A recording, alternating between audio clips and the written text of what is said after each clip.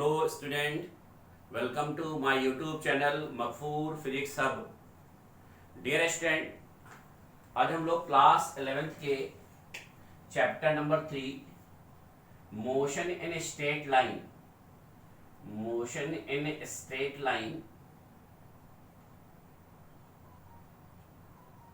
Chapter पढ़ेंगे। Motion in straight line या motion in 1D कह सकते हैं, one dimension motion. One dimension motion में जो सबसे पहला टॉपिक है डियर स्टूडेंट, वो है हमारा स्टेट ऑफ रेस्ट और state of motion. State of rest dear student या state of motion. State of rest और स्टेट ऑफ मोशन क्या है डियर स्टूडेंट, पहले हम लोग एक बात समझ लेते हैं। स्टेट ऑफ रेस्ट है a body does not change their position with respect to time their surrounding. अगर कोई बॉडी, कोई ऑब्जेक्ट टाइम के रिस्पेक्ट में अपनी पोजीशन नहीं चेंज कर रही है, their surrounding, this condition is known as state of rest. A body does not change their position with respect to time their surrounding is known as state of rest. अगर कोई body अपनी position को time के respect में नहीं change कर रही है, अपने सराउंडिंग एक फ्रेम ऑफ रेफरेंस में, फ्रेम ऑफ रेफरेंस में अगर अपनी पोजीशन को नहीं चेंज कर रही है तो स्टेट ऑफ रेस्ट। जैसे बस्ती डिस्ट्रिक्ट के फ्रेम ऑफ रेफरेंस में हम स्टेट ऑफ रेस्ट में हैं। विद इन 1 मंथ से हम बस्ती डिस्ट्रिक्ट में ही है, तो बस्ती डिस्ट्रिक्ट के state of frame of reference में हम क्या है dear student, state of rest में। उसके बाद नेक्स्ट हमारा state of motion. A body change their position with respect to time their surrounding is known as state of motion। अगर कोई बॉडी अपनी पोजीशन को टाइम के रिस्पेक्ट में नहीं चेंज कर रही है तो वो स्टेट ऑफ रेस्ट में है, और अगर कोई बॉडी अपनी पोजीशन को टाइम के रिस्पेक्ट में चेंज कर रही है तो इस टाइप्स के कंडीशंस को हम लोग स्टेट ऑफ मोशन कहते हैं।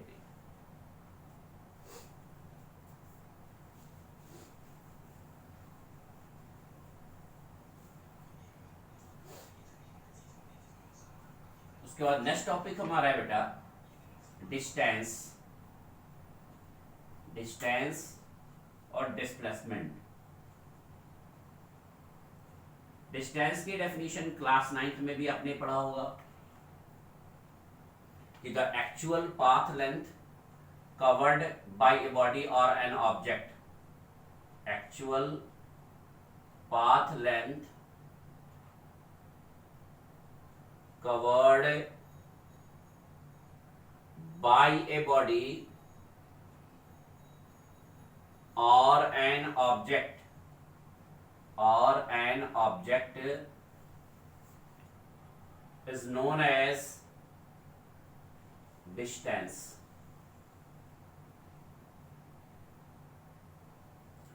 Actual path length covered by a body or an object is known as distance। Displacement क्या है dear student, shortest distance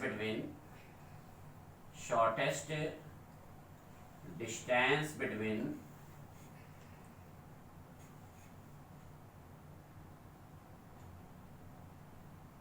initial position to the final position, initial position to the final position,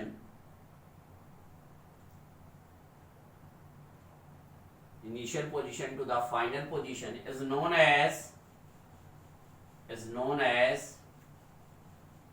displacement,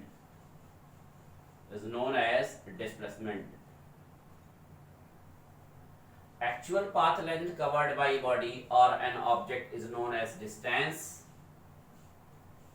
Shortest distance between initial position to the final position is known as displacement। अब जैसे मान लीजिए कोई एक object है, object A से B पे जा रहा है, इनिशियल पॉइंट ए है, फाइनल पॉइंट बी।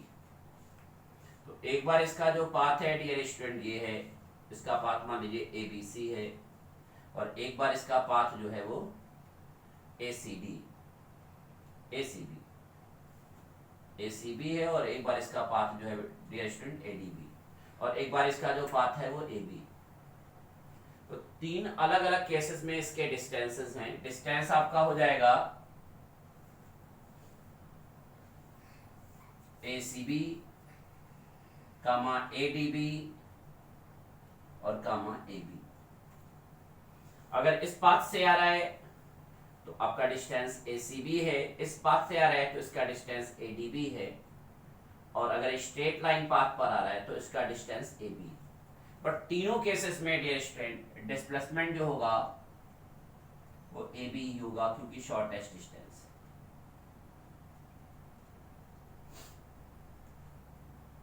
डिस्प्लेसमेंट जो होगा डियर स्टूडेंट आपका तीनों केसेस में AB होगा। तीनों केसेस में डिस्प्लेसमेंट आपका क्या होगा डियर स्टूडेंट? AB होगा। अगर कोई ऑब्जेक्ट स्ट्रेट लाइन पाथ पर मूव कर रही है तो उसका डिस्टेंस और डिस्प्लेसमेंट इक्वल हो जाता है, स्ट्रेट लाइन पाथ। और डिस्टेंस के लिए एक स्टेटमेंट समझेंगे। डिस्टेंस हमारा स्केलर क्वांटिटी है, हैव ओनली मैग्नीट्यूड, और डिस्प्लेसमेंट हमारा वेक्टर क्वांटिटी है जिसमें मैग्नीट्यूड भी होगा और डायरेक्शन भी होगा। डिस्प्लेसमेंट जो है डियर स्टूडेंट वो डिस्टेंस के इक्वल हो सकता है और उससे लेस हो सकता है। Shortage distance straight line path होगा तो डिस्प्लेसमेंट आपका डिस्टेंस के इक्वल होगा। स्ट्रेट लाइन पाथ होगा डियर स्टूडेंट तो डिस्प्लेसमेंट आपका क्या होगा? डिस्टेंस के इक्वल होगा। और वैसे नॉर्मल कंडीशन में डिस्प्लेसमेंट आपका डिस्टेंस से लेस होगा। डिस्प्लेसमेंट क्या है? Shortest distance.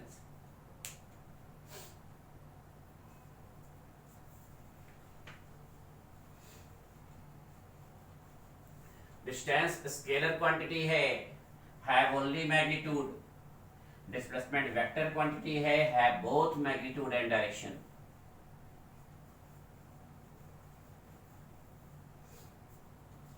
Distance scalar quantity है, हैव ओनली मैग्नीट्यूड, और डिस्प्लेसमेंट वेक्टर क्वांटिटी है, have both magnitude and direction.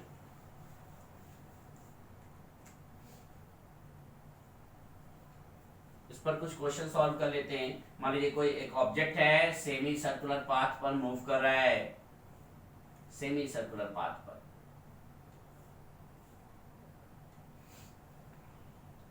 Having radius r, इसका जो रेडियस है डियर स्टूडेंट वो r। तो जब डिस्टेंस आप लोगे डियर स्टूडेंट, डिस्टेंस, तो डिस्टेंस आपका हो जाएगा ACB, देखिए circumference of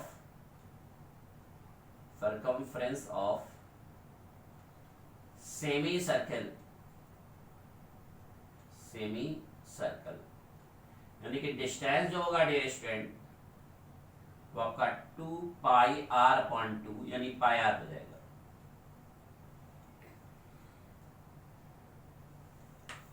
फिर बात आती है डियर स्टूडेंट डिस्प्लेसमेंट की।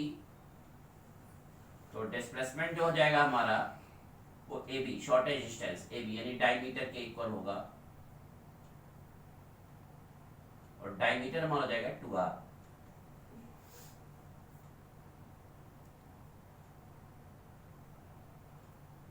तो सेमी सर्किल वाले केसेस में डिस्टेंस आपका सर्कमफ्रेंस ऑफ सेमी सर्किल होगा, और डिस्प्लेसमेंट आपका हो जाएगा diameter, shortage distance between initial point two the final point. तो इनिशियल पॉइंट A हो गया, फाइनल पॉइंट B, ये आपका क्या हो जाएगा? Diameter 2r। और 90 डिग्री के सर्किल पर है, क्वार्टर सर्किल है डियर स्टूडेंट, 90 डिग्री से के सर्किल पर है, क्वार्टर सर्किल है, तो क्या होगा? ये पाथ 1/4 सर्किल आपका जो है डियर स्टूडेंट वो क्या है? 1/4 सर्किल 90 डिग्री के पाथ पर। सेंटर O हो गया, ये आपका A, ये आपका B।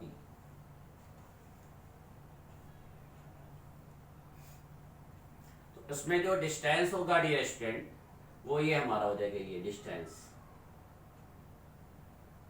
ये जो आर्क है ये आर्क होगा सर्किल का 1/4 है, या आर्क को आप L ले लीजिए, रेडियस को R ले लीजिए।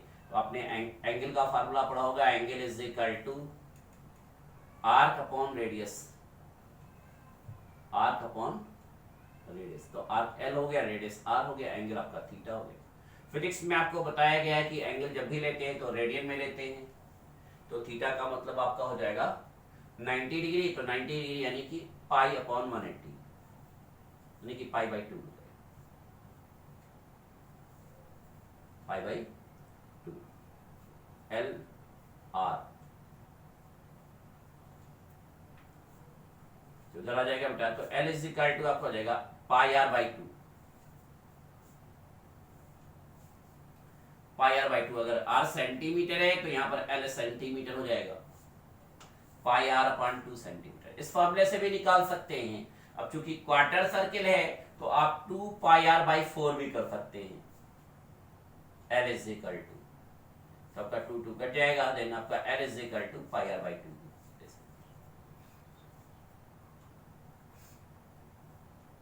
ऐसे भी कैलकुलेट कर सकते हैं dear student, L is equal to R theta से, L is equal to R theta. मान लीजिए आपके पास से यहाँ 90 डिग्री है, और अगर आपके पास सेमी सर्किल और क्वार्टर सर्किल नहीं मिला है, कुछ कोई भी एंगल दिया हो, तो L is equal to R theta से आप डिस्टेंस मेजर कर सकते हैं। L is equal to R theta, L आपका आर्क है, वही डिस्टेंस है। और डिस्प्लेसमेंट जब निकालना होगा तो initial position to the final position, initial position to the final position. ये 90 डिग्री बन रहा है, तो आपका हाइपोटेन्यूज होगा, तो डिस्प्लेसमेंट जो होगा डियर स्टूडेंट,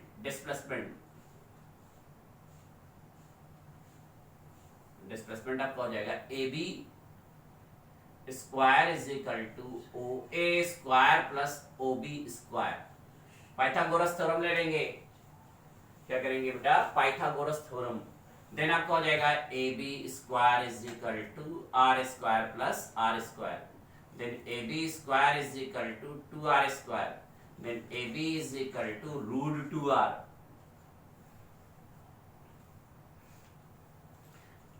नाइन्टी डिग्री वाले केसेस में, क्वार्टर सर्किल वाले केस में डियर स्टूडेंट, आपका जो डिस्टेंस है वो L is equal to R theta या पाई आर अपॉन 2, और डिस्प्लेसमेंट जो हो जाएगा आपका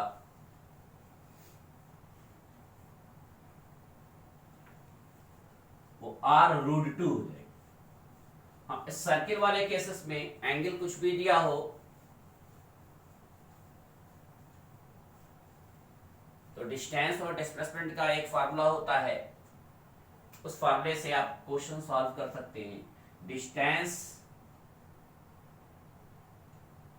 आपका L is equal to R theta हो जाएगा, और डिस्प्लेसमेंट जो है डियर स्टूडेंट आपका 2r साइन थीटा बाई 2 होता है। ये भी फार्मूला आप यूज कर सकते हैं। अभी मैंने 90 डिग्री वाले केसेस में सेमी सर्कुलर आर के लिए निकाला था,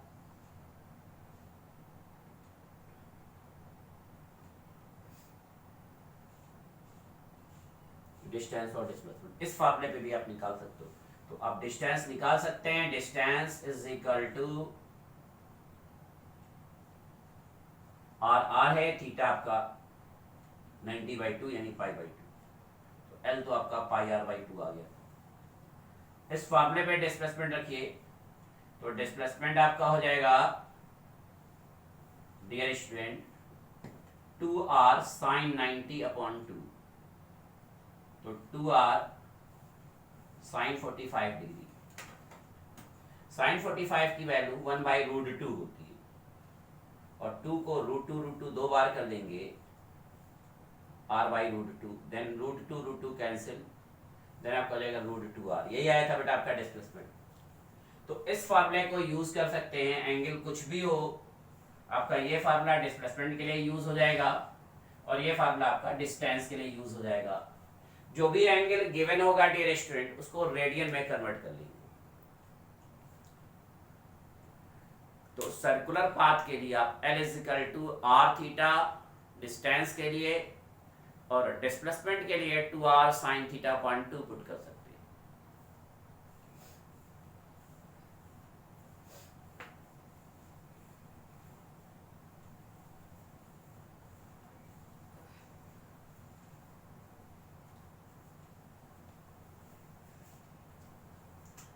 उसके बाद आता है हमारा टर्म एक है स्पीड। क्लास 9th में आपने पढ़ा होगा, speed is equal to distance upon a time. Distance covered by body और एन ऑब्जेक्ट पर unit time is known as speed. जितने कम टाइम में जितना ज्यादा डिस्टेंस कवर करती है कोई भी ऑब्जेक्ट, यानी उसका स्पीड क्या है, ज्यादा। स्पीड स्केलर क्वांटिटी है, इसमें केवल मैग्नीट्यूड होता है, डायरेक्शन नहीं होता। उसके बाद वेलोसिटी का टर्म है, velocity is equal to displacement upon time.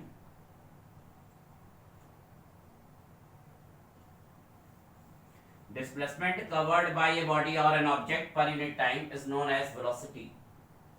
Velocity is equal to displacement on time.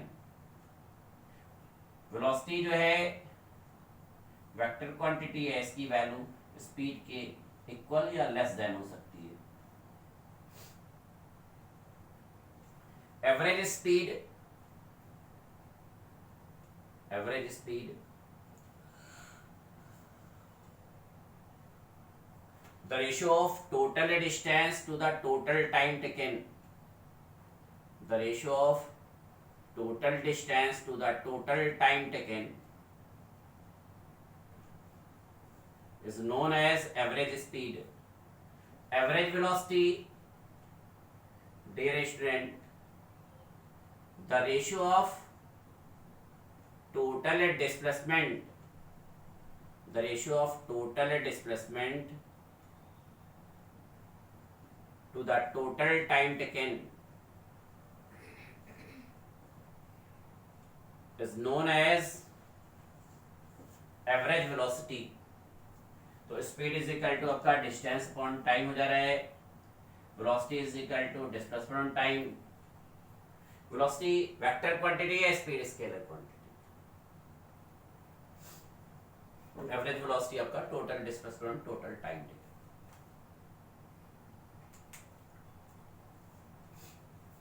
जैसे क्लास 9th में आपने पढ़ा होगा,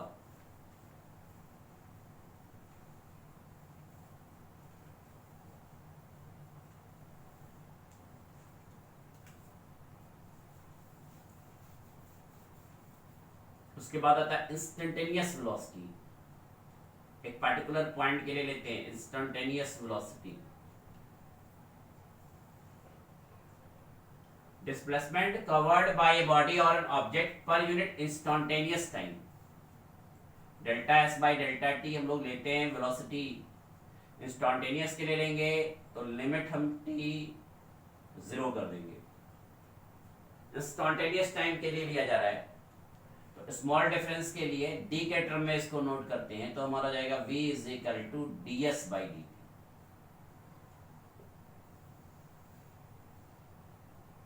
डिस्प्लेसमेंट पर unit instantaneous time is known as instantaneous velocity. इसके लिए अगर आप एसटी ग्राफ लेंगे dear student, displacement time graph आपका ये बन रहा है,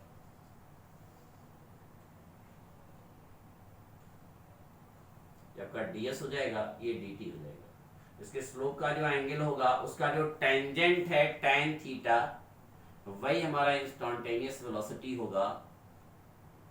और इंस्टेंटेनियस वेलोसिटी जो होगा वो डिस्प्लेसमेंट अपॉन टाइम हो जाएगा, ds by dt।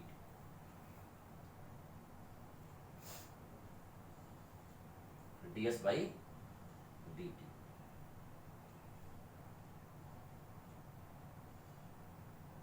ST graph में डियर स्टूडेंट एक कॉन्सेप्ट को ध्यान रखिएगा, नीट और जेईई मेंस में भी क्वेश्चंस बनते हैं। अगर डिस्प्लेसमेंट टाइम ग्राफ का स्लोप कर्व कॉनकेव अपवार्ड होता है, कॉनकेव अपवार्ड, कॉनकेव अपवार्ड, अगर डिस्प्लेसमेंट टाइम ग्राफ का जो कर्व है डियर स्टूडेंट वो कॉनकेव अपवार्ड है, तब एक्सेलरेशन की वैल्यू ग्रेटर देन 0 होगी, यानी कि इंक्रीजिंग वेलोसिटी होगा, इंक्रीजिंग वेलोसिटी, यानी कि टाइम के रिस्पेक्ट में वेलोसिटी क्या हो रही है, इंक्रीज हो रही है। डिस्प्लेसमेंट टाइम ग्राफ की बात हो रही है। अगर कर्व क्या है, कैसा है, कॉनकेव अपवार्ड है, तो तो एक्सेलरेशन आपका ग्रेटर देन 0 होगा और वेलोसिटी क्या होगी, इंक्रीजिंग होगी। और अगर ST graph, displacement time graph dear student, concave downward होगा,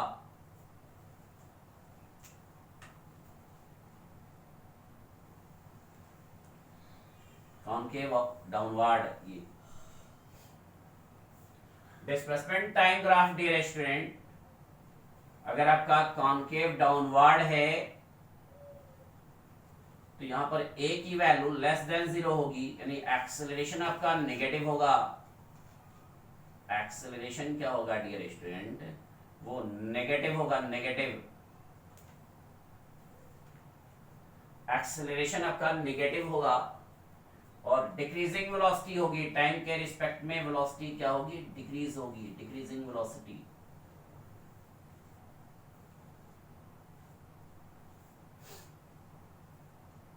तो एक पर्टिकुलर पॉइंट के लिए जब हम वेलोसिटी निकालते हैं तो हमारा इंस्टेंटेनियस वेलोसिटी हो जाता है displacement covered by a body और एन ऑब्जेक्ट पर unit instantaneous time. Displacement covered by a body or an object per unit instantaneous time is known as instantaneous velocity.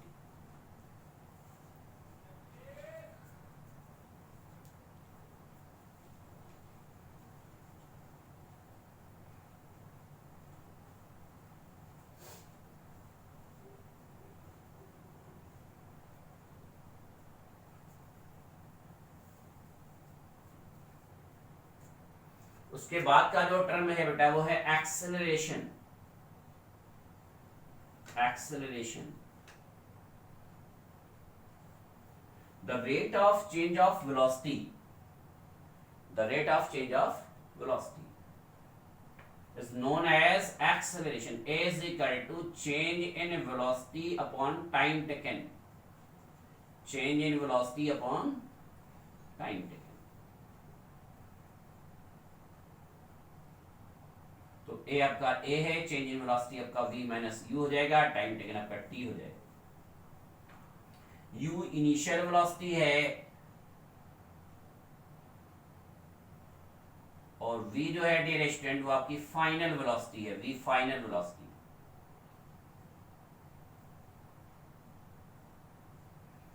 और t जो है वो टाइम टेकन।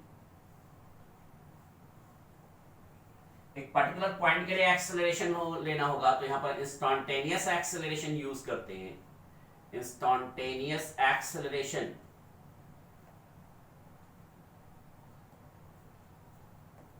तो इंस्टेंटेनियस एक्सेलरेशन वाले cases के लिए a is equal to delta v upon delta t को limit t 0 पे लेंगे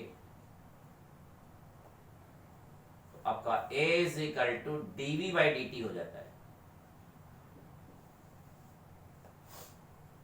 इसमें vt ग्राफ जब बनाएंगे उसका जो स्लोप होगा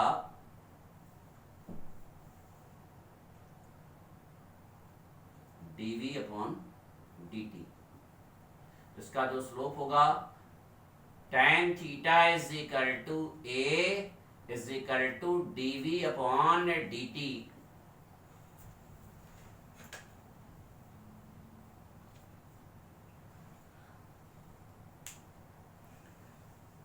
डियर स्टूडेंट, इस टॉपिक को motion in straight line, motion in 1D, ये जो टॉपिक हमने एक्सप्लेन किया है, इस टॉपिक को एक बार प्रिपेयर कर लेंगे। कहीं किसी टॉपिक में, किसी भी कंटेंट में आपको कहीं कोई कंफ्यूजन आ रही है तो कमेंट बॉक्स में जाके कमेंट कर सकते हैं। वीडियो अगर आपको पसंद आ रही है तो एंड तक देखें। अगर अभी तक आपने हमारा चैनल नहीं सब्सक्राइब किया है तो चैनल को सब्सक्राइब कर लें, बेल आइकॉन प्रेस करना ना भूलें, जिससे जो भी न्यू वीडियोस अपलोड करें उसका नोटिफिकेशन आपको मिलता रहे। Thank you.